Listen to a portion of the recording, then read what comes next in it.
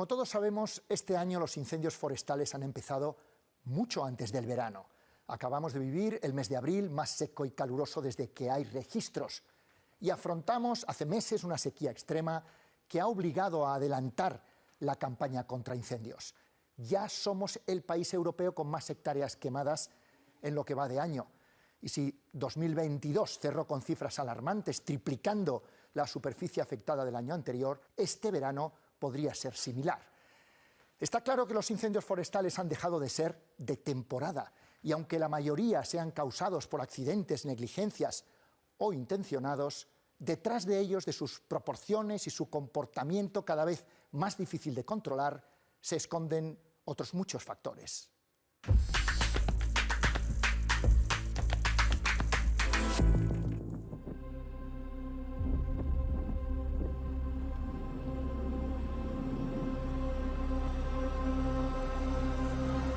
Yo salía de casa a las 6 de la tarde y justo cuando salía a sacar el rebaño a pastorear, sentí un trueno y después de caminar 200 metros ya vi una columna de humo.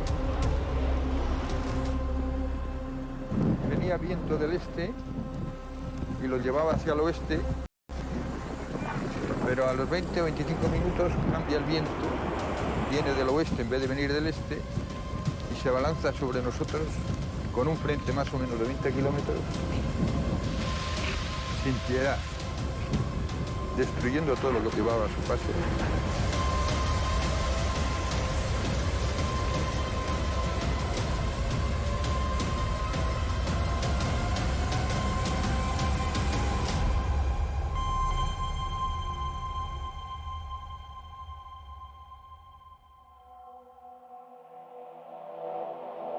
Los incendios son un fenómeno más dentro del cambio global que estamos generando los humanos. Un cambio global que es espectacular en cuanto al cambio atmosférico, en cuanto al cambio climático, en cuanto al cambio en las cubiertas, en los usos del suelo. Una de las manifestaciones más claras de que tenemos ante nosotros un cambio con el que tenemos que lidiar de la forma mucho más racional de lo que hemos hecho hasta ahora. Los incendios realmente son uno de los paradigmas de un mundo cambiante que nos recuerda que debemos actuar ya, si no queremos llegar a la catástrofe o al colapso que hemos visto en civilizaciones y sociedades anteriores a las nuestras.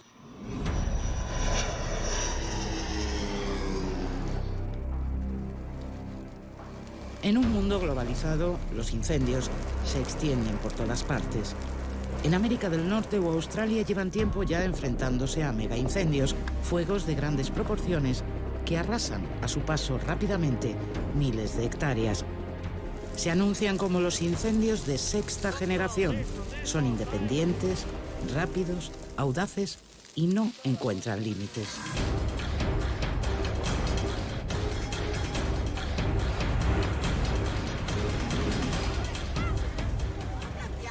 Cuando se le llama sexta generación, yo creo que lo que estamos diciendo es que está fuera de capacidad de extinción.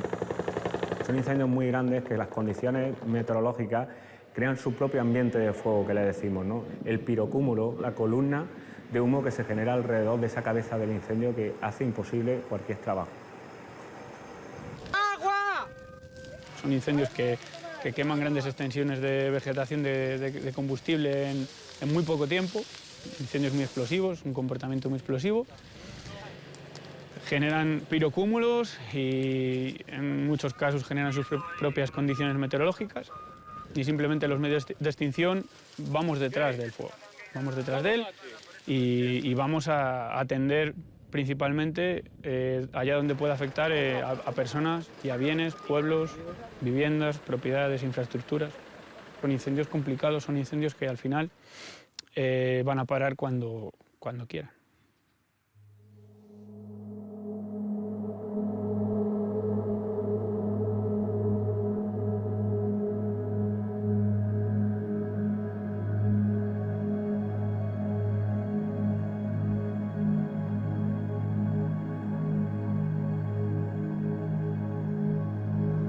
Para nosotros el fuego o sentir ese calor que se sintió esos días, ese aire que hacía, pues es algo muy duro, porque lo ves avanzar y ves que vas perdiendo todo por el camino.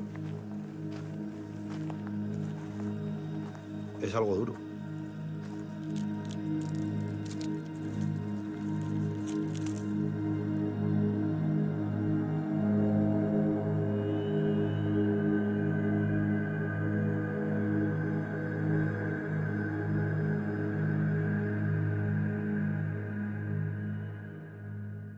La campaña de incendios forestales del año 2022 ha sido la más intensa desde que existe la Unidad Militar de Emergencias.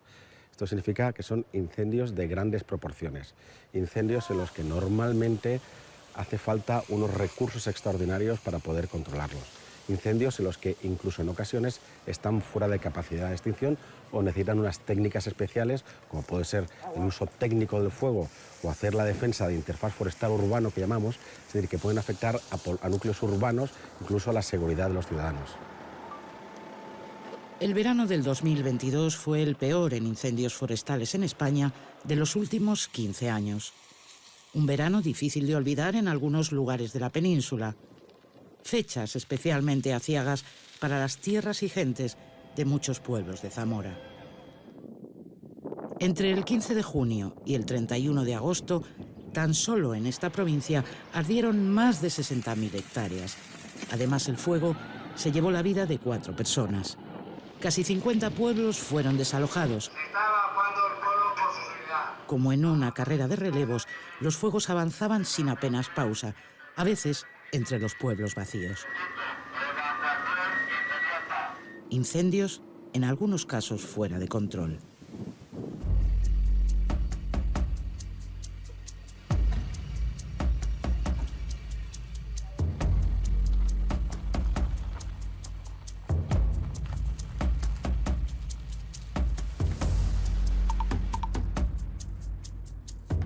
Se juntaron las 3 componentes básicas, que es que el material estaba disponible, todo el combustible estaba predispuesto para quemarse, había muy altas temperaturas y muy poca humedad. Eso hizo que, sumado con el viento, que fueran muy virulentos. Eso tiene una capacidad de que el incendio vaya muy rápido. Esos incendios rápidos a veces sucede que queman muy rápido, pero al pasar por la zona dejan zonas mal quemadas, no hay combustión total. Entonces son esas islas que vemos que cómo pasa por aquí el incendio y se quedan estas partes sin quemar, ¿no? Y es porque el incendio es muy rápido. Y otras veces sucede que hay gran capacidad de combustión, ese incendio tiene gran capacidad calorífica, genera gran combustión y genera muchas pavesas. La columna convectiva sube, quema el combustible, y el viento hace que se transporte las pavesas pues a 500 metros, 1 kilómetro, que cruce de una parte a otra.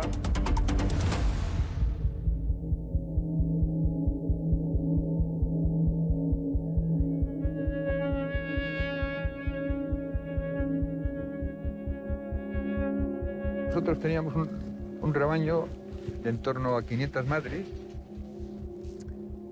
y de esas 500 madres, hoy hay unas 330, las demás unas quemó y otras se han muerto a posteriori, y todavía morirá alguna más, porque está muy afectada, perdimos la estación, tuvimos abortos, pero a mayores de eso nos quitó todo aquello que teníamos nosotros programado para tener leche durante todo el año.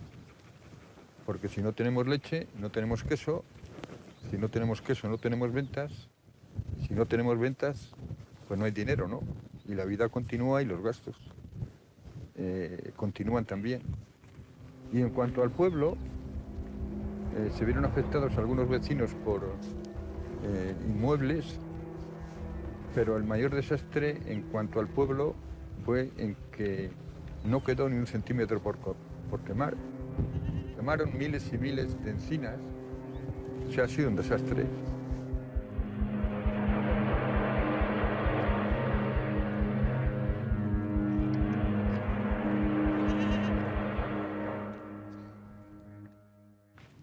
No os he contado que por aquí pasaba la vía romana 17, ¿vale? Que comunicaba Braga con Astorga. Esto explicaría, en parte podría explicar la abundancia de castaños que tiene esta zona histórica. De forma global, los incendios han sido muy impactantes esos primeros meses, ahora la vegetación está recuperando, pero necesitamos todavía pues, décadas para alcanzar el nivel de biodiversidad que teníamos en aquellos meses, ¿no? Es muy difícil saber el impacto real que tienen los incendios en la biodiversidad y sobre todo en los lobos porque no tenemos lobos radiomarcados, no hay lobos marcados con GPS.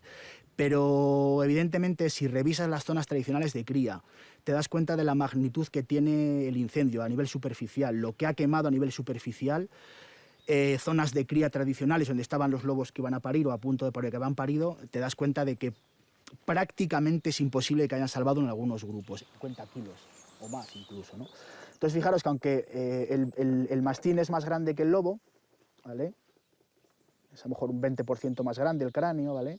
Pero hay una serie de diferencias. Si comparamos, por ejemplo, los colmillos del lobo y los colmillos del mastín, los colmillos son más grandes en el lobo. Fijaros las muelas carniceras, ¿las veis? Sí. Las muelas carniceras, evidentemente, están más desarrolladas en el lobo, ¿no? Sí. Incluso hay más espacio. El motor económico asociado al turismo de naturaleza basado en el lobo pues se paró bastante por el incendio, ¿no? Entonces, claro, si vienen ecoturistas, si viene gente a observar lobos, ciervos, jabalíes, no le puedes ofrecer un quemao teñido de negro, ¿no? Aunque en realidad también lo he utilizado como una herramienta de divulgación y educación ambiental para sensibilizar. Uno de los aprendizajes que deberíamos de abordar a partir de estas catástrofes es que no podemos seguir convirtiendo los montes en cultivos de pinares, en cajas de cerillas. Tenemos que buscar, pues eso, heterogeneidad, ecotonos, jugar con la vegetación, un pinar, pero un robledal, y un pastizal, y un desbroce. Claro, eso podría salvar el monte.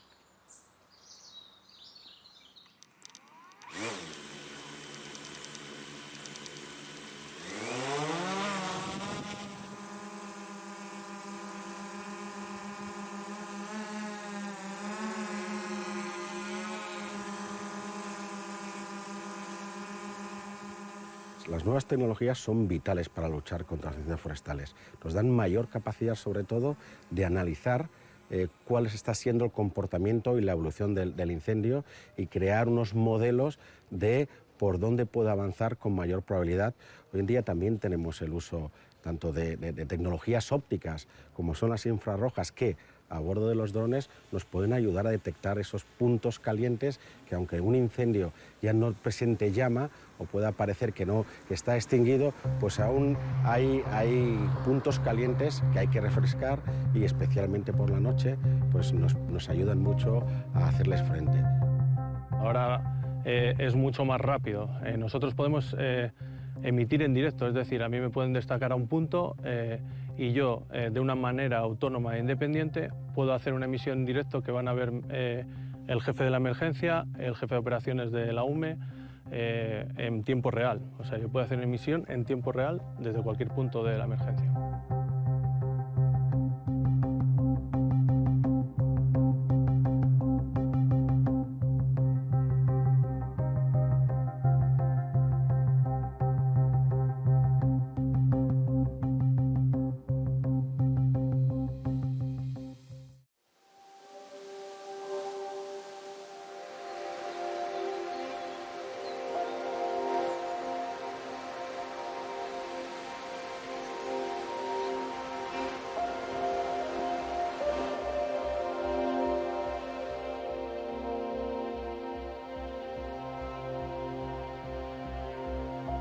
La superficie forestal en España ocupa un alto porcentaje, es la segunda en importancia en Europa en cuanto a superficie forestal en relación a la superficie del país y tiene una serie de condicionantes peculiares porque tenemos unas zonas en el norte con influencia más atlántica y unas zonas más influencia continental en el centro y en el sur influencia más mediterránea. Eso genera diferentes tipologías de ecosistema y en cualquier caso lo que sí que se está observando es que el abandono rural está aumentando esa superficie porque está habiendo muchas zonas agrícolas que se están transformando en zonas forestales y todo ello, todo ese conjunto de circunstancias está haciendo que aumente aproximadamente un 30% en los últimos años la superficie forestal en nuestro país.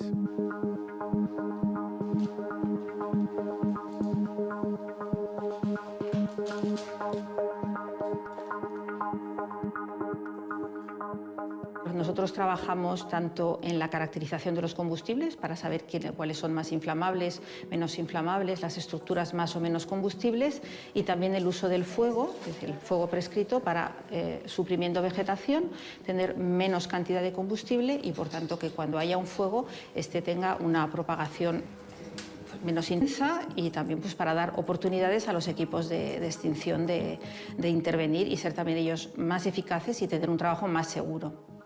Para que se regenere después del fuego una masa hay dos estrategias fundamentales. Una es por semillas, hay muchas especies que regeneran muy bien por los propágulos, las semillas que tienen tanto en el suelo como en la parte aérea de la planta, y hay otras que regeneran muy bien por rebrote. Los órganos de la planta que están en la superficie del suelo o en la copa, cuando pasa un incendio, pues van a regenerarse y van a rebrotar después del fuego. Aquí vemos cómo se ha quemado este trozo de corteza de corcho. El corcho es la corteza del alcornoque y es lo que protege al alcornoque del paso del fuego. Aquí vemos perfectamente la capacidad de protección que tiene el corcho con respecto a los tejidos vivos que se situarían aquí debajo. Vemos que la parte externa se ha quemado completamente, en cambio la parte interna ha sido muy eficaz a la hora de proteger esos tejidos. En el caso del corcho, pues nos evidencia, nos deja bastante claro que cortezas con un espesor superior a 2 centímetros son suficientes para que el corcho mantenga se puede decir, su capacidad de protección de los tejidos vivos, ¿no?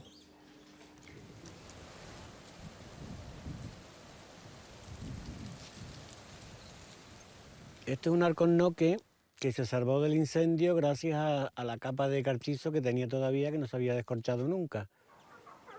Esta zona se quemó, creo que del incendio, y está muy afectada. Se ven algunos que están quemados, que se han secado completamente y ya se han caído incluso. Otros que se salvaron como está también habiendo regeneración natural, que son más pequeños, que han salido solos. Pero de todas formas ha quedado toda esta zona un poco debilitada, ¿eh? Y claro, esto es lo que pasa, que como tarda tanto el proceso de la cosecha, que serían para un corcho bueno 30 años, es difícil de que esto se repueble otra vez hasta dentro de muchos años.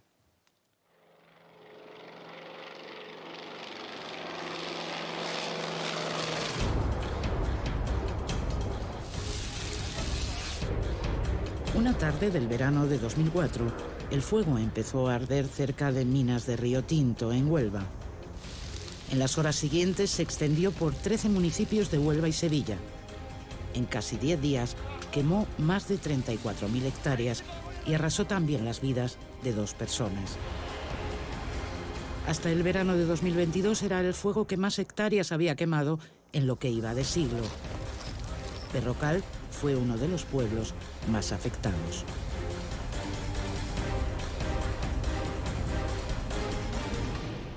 El pueblo se llevó 3 días evacuado y a su paso pues dejó este incendio unas 13.000 hectáreas de pinos calcinadas, en torno a unas 6.000 hectáreas de alcornoques y encinas y otras 6.000 hectáreas de eucalipto. Quiere decir que el medio de vida donde vivían la gente de Berrocal, Madroño, la zona cero del incendio, pues se vieron muy perjudicados económicamente.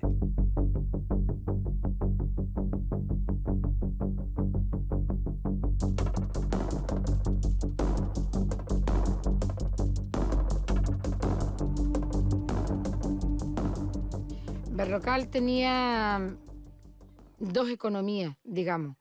Tenía una economía de la vida laboral, del trabajo que se hacía, pero además tenía otra economía que era su corcho. Entonces, pues tenía pues para muchas cositas que se venían en la familia, pues un coche que había que comprar, un hijo que había que casar, muchas cosas que de ahí se cogían, de ese corcho. Evidentemente, cuando viene el fuego, se queda bueno, no sé en qué porcentaje, pero un porcentaje muy pequeño de lo que teníamos.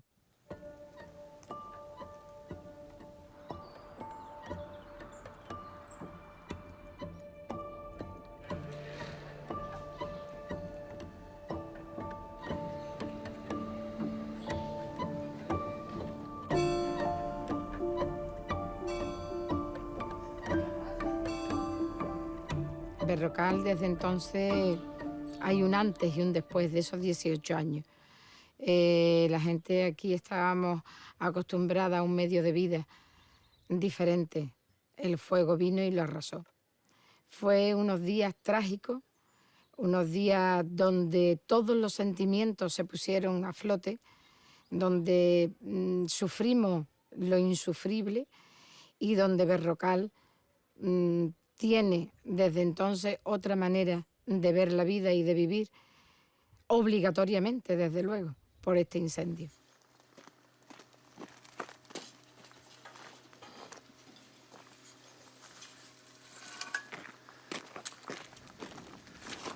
Cuando yo llegué aquí, se me cayeron los palos asombrados del todo. Y mi nieto, pobrecito, que tiene 3 años, llorando. Porque decía, abuelo, que aquí está la cochinita mía, aquí está porque era todo de él, toda la cochina y los chivos y las cabras, y todo era de él. Así que, pero vamos, llorando de verdad, y tiene 3 años. Esta era la finca de mi abuelo.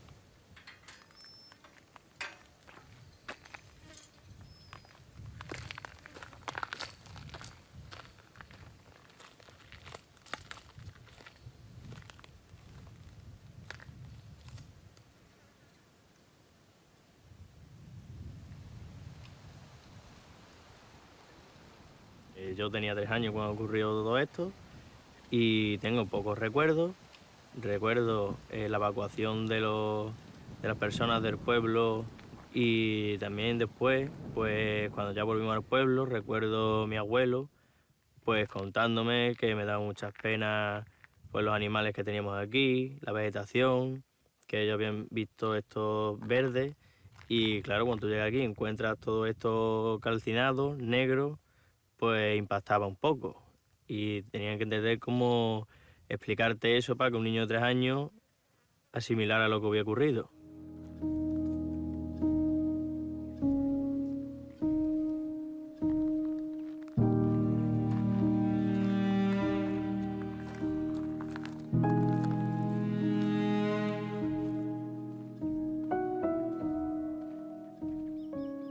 Llegaron las ayudas, sí, llegaron las albarradas, llegaron unas nuevas plantaciones y demás. No fructificaron para nada. Se llegaron a tener, pues creo, si no recuerdo más, unos 70 millones de pesetas, de las antiguas pesetas. Mucho dinero, pero muy mal estructurado. No se llegó a tener, hay compensaciones como este mirador, como la carretera de La Palma, como la piscina municipal, pero las personas, los propietarios de la finca, hemos tenido pocos frutos sobre esos dineros.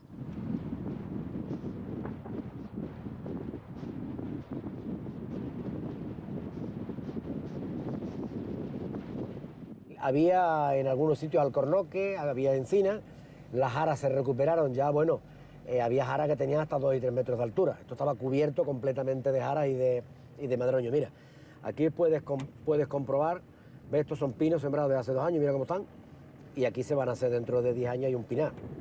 Ahora, el problema de los pinos, que o tú los gestionas bien gestionados, o son carne de cañón de los incendios forestales. Si no lo haces y abandonas el pinar, esos son bosques butaneros, bosques que arden con muchísima facilidad.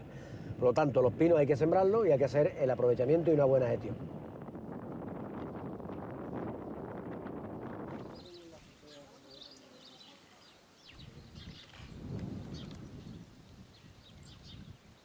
Cuando llegó, primero cogió por la parte norte del término, pero después se volvió y rodeó el pueblo. Entonces, al llegar aquí, estaba la última gran cosecha de corcho que ha habido, ¿no?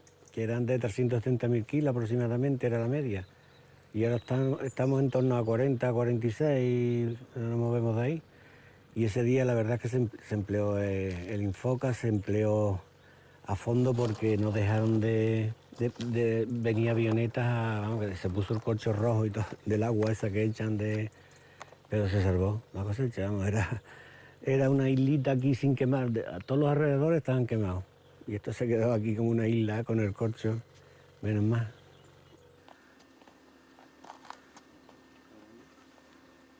Ángel Luis Romero tiene 30 años. Es de los más jóvenes del pueblo.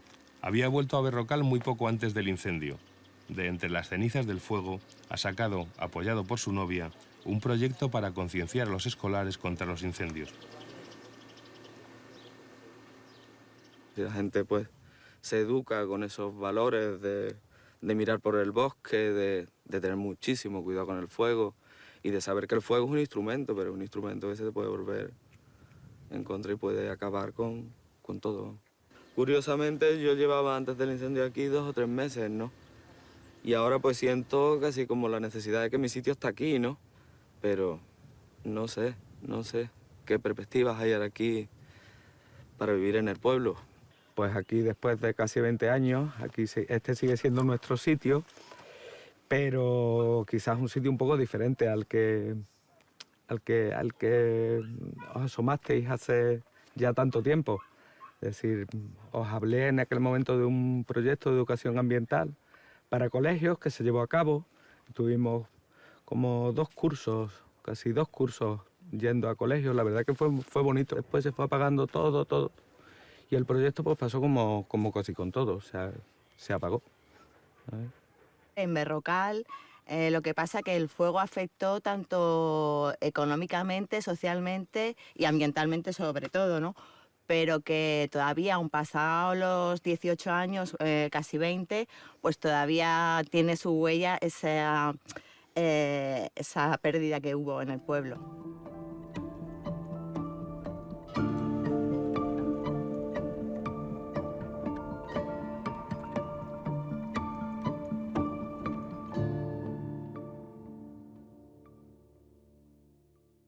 Ahora os voy a explicar cómo funciona nuestro simulador Visual Survey.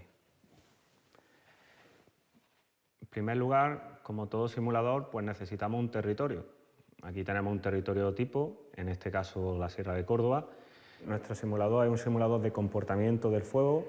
Ese simulador de comportamiento del fuego pues, nos da todos los parámetros relativos a la extinción, ¿no? Como longitud de llama, velocidad de propagación, similar a cualquier simulador de comportamiento del fuego que hay en el mercado, ¿no? El simulador es único, no conozco ningún otro que calcule las pérdidas económicas no solo de los recursos tangibles, como puede ser la madera y el piñón, sino que también incluye otros servicios ecosistémicos como puede ser la biodiversidad, la fijación de carbono, y eso nos permite pues, un punto más, ¿no?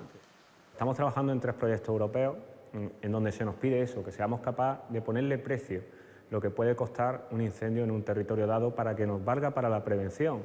Muchas veces simulamos incendios que pueden pasar de forma preventiva.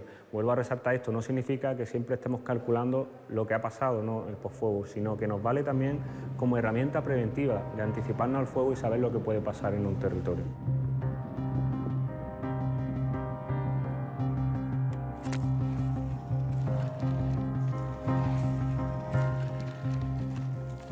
Al final en el campo y en los incendios forestales es donde nosotros tenemos nuestra fuente de información, donde recogemos datos para generar la base de datos con las que desarrollamos nuestras investigaciones posteriores.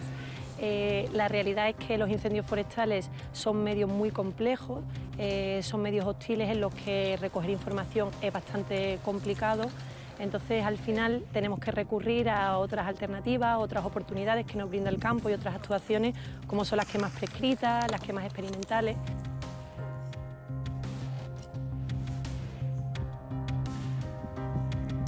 Un incendio forestal no deja de ser un componente más de nuestro ecosistema, especialmente en el Mediterráneo. Es algo inherente al medio, es algo que siempre ha existido, existe y va a existir. Lo que tenemos que hacer es adaptarnos a él, es intentar reducir sus efectos negativos en la población, en las infraestructuras, en las propiedades, pero al final tenemos que aprender a convivir con él, conocerlo, es muy importante.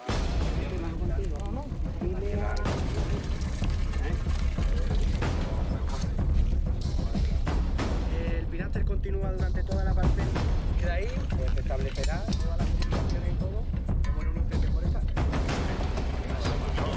Para conocer el comportamiento del fuego, sus efectos sobre el paisaje e intercambiar experiencias, desde hace unos años los encuentros TREX reúnen a técnicos de varios países.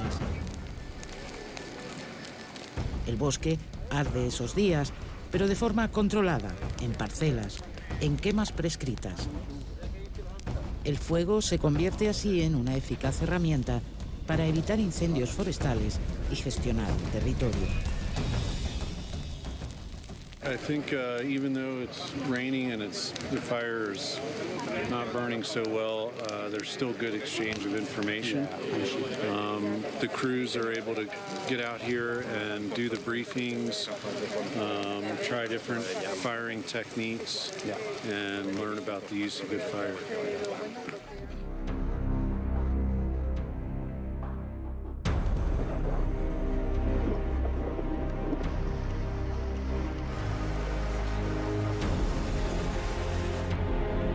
Los grandes incendios no se pueden afrontar como hechos aislados. Son señal de muchos otros fenómenos, del calentamiento global, del cambio climático, del cambio en los usos del suelo. Los científicos llevan años estudiando el aumento de las temperaturas en lugares como el Ártico. Allí, por ejemplo, en Siberia, también se registran incendios, fuegos que no se apagan y a veces tan solo se intuyen.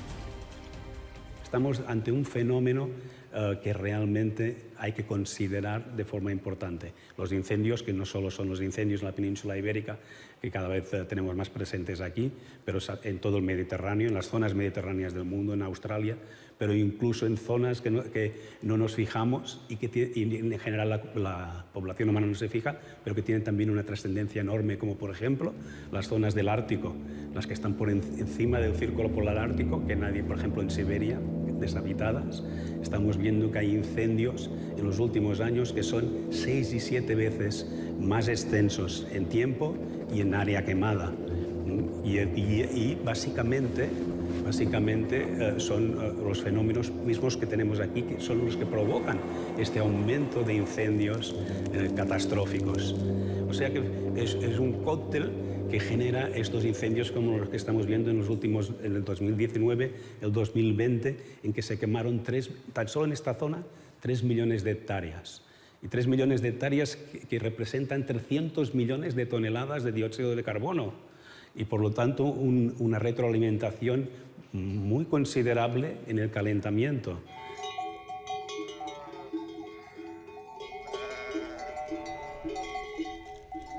Nosotros este rebaño lo usamos para abrir cañadas. Hemos recorrido pues bastantes miles de kilómetros de las principales cañadas y el objetivo final del proyecto es recuperar la población rural.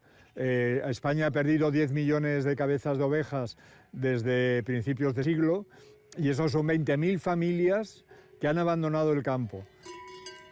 Tenemos todavía 2.000 familias trashumantes con 800.000 cabezas moviéndose por España, absolutamente felices, sin gastos, porque van comiendo todo, hierba del campo y ramas de los arbustos, que serían materia combustible en el verano. Controlando los incendios, entonces hay que invertir por lo menos tanto en prevención con rebaños como luego en apagar fuegos en verano, ¿no?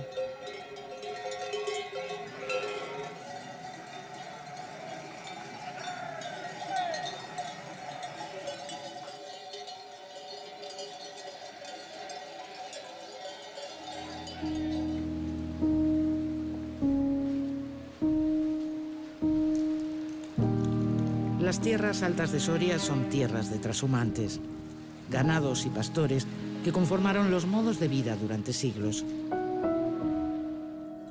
Hoy apenas se pueden contar con los dedos de una mano. Ricardo Pérez es uno de ellos, 50 años ya bajando para Extremadura en los meses más fríos.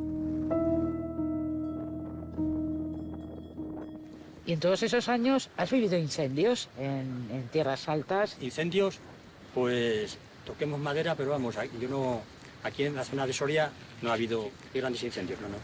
Y de hecho las ovejas, sobre todo la oveja intensiva, es un animal fundamental para prevenir los incendios. Está mal la prevención de incendios hoy en día, porque antes de invierno, los incendios siempre se ha dicho que se apagan de invierno. Entonces antes de invierno, pues los pastores quemábamos ulagas, monte bajo y tal, y se dejaba hacer en los pueblos, se hacía los espinos, la hornija que se llamaba, pues se limpiaba, o sea, una palabra, que se limpiaba el monte.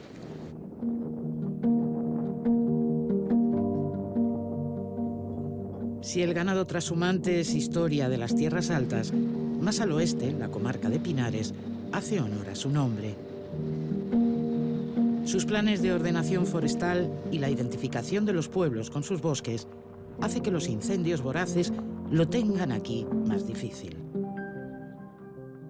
Conservar gestionando, lo podríamos subir. Es decir, tenemos unos recursos, un patrimonio forestal súper rico, ¿no? en especies, en diversidad, pero que entendemos o se entiende que la manera de conservarlo es gestionándolo, es obteniendo productos, los recursos, aprovechando la madera, las setas, la resina, todos los productos que nos dan los bosques. Esa parte, ese aprovechamiento de los recursos, hace que las estructuras de nuestros bosques estén más protegidas frente a incendios, porque los caminos y pistas forestales están conservados, porque hay inversión y reinversión en la gestión forestal, porque bueno, pues, son elementos que hacen que los bosques estén más protegidos.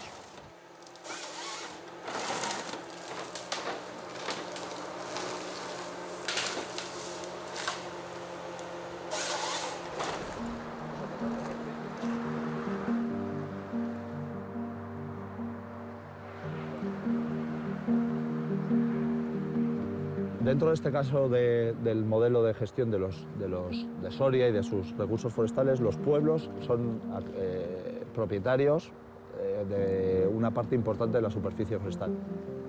En el caso, además, de algunas zonas de la provincia, por unos derechos históricos, parte del dinero de los aprovechamientos revierte en los vecinos. Esto ocurre en unos pocos pueblos, que no son todos, pero en esos pueblos se genera incluso un vínculo mucho mayor del vecino con su monte, porque hasta al final ingresa lo que se llama la suerte, ¿no? La suerte es el ingreso que le ha venido del monte público.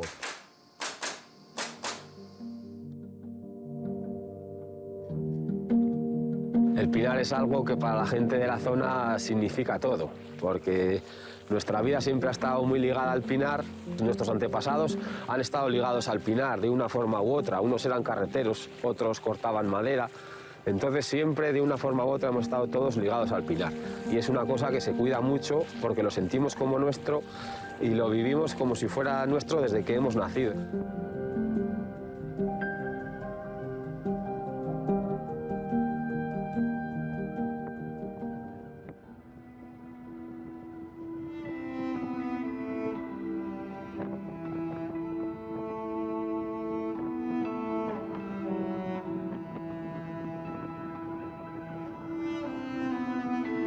Ha pasado lo que hemos visto todos aquí con nuestra tierra, que se ha quemado, se ha calcinado, entonces de lo que teníamos y de lo que vivíamos, pues es una rabia. Y ya si estábamos olvidados anteriormente, pues con estos incendios pasados, lo que ha sido la puntilla y la estocada para perder todo de lo que teníamos y de lo que vivíamos y de lo que podíamos vivir en un futuro. Hay que cambiar las políticas forestales, meter más medios en el monte de vigilancia y de prevención y adaptarnos a una realidad que es el cambio climático, que es irrefutable, ¿no? Esto es la cosecha de una siembra de 40 años de olvido. Así de claro. El medio rural se quedó huérfano de vientres que pudieran parir para que siguiera habiendo vida. Hubo un éxodo masivo y nadie se volvió a acordar de que se estaba muriendo poco a poco.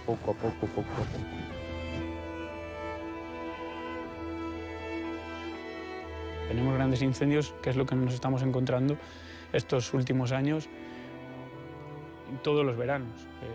Incendios ya de 10.000 hectáreas, que parece que es algo normal, pero no es normal. No es normal.